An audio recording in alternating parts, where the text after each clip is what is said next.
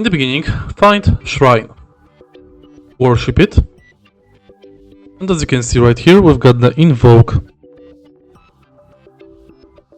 menu. Right here you can invoke valuable items.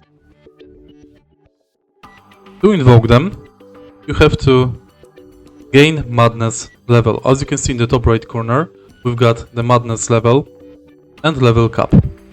For example, invoking Raven Pills